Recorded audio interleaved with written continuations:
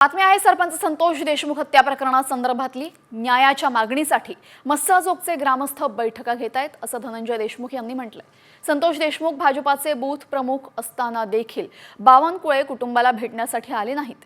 त्यामुळे मस्साजोगच्या ग्रामस्थांना बावनकुळेंवर रोष असल्याचंही त्यांनी म्हटलेलं आहे। दरम्यान त्यांच्याशी बातचीत केली आमचे प्रतिनिधी संदीप भोसले यांनी। पाहूयात।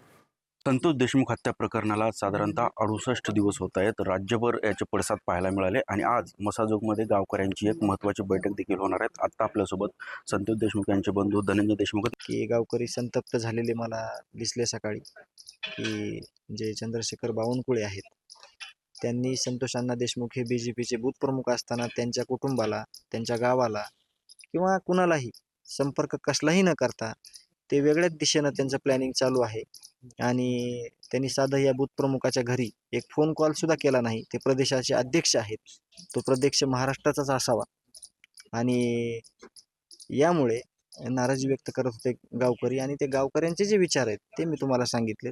मी आज पीडित आहे, माझा भाऊ गेलेला आहे, माझे जे मायबाप आहेत, माझे जे काही सांभाळ करणारे आहेत हे गावकरी, मला त्यांची जी भूमिका आहे हे मला ऐकून घेणं आहे आणि मी ते ऐकून वेळोवेळी घेत आहे आणि त्यांच्यासोबत जात आहे। संदीप भोसले, साम टी न्यूज, मसाजोग।